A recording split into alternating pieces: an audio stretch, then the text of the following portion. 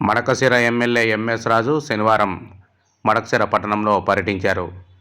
శనివారం మధ్యాహ్నం 1 గంట సమయంలో మడకశిర ఆర్ఎన్బి గెస్ట్ హౌస్లో అంగన్వాడీ ఉద్యోగులకు 6 మందికి నియామక పత్రాలు అందజేశారు.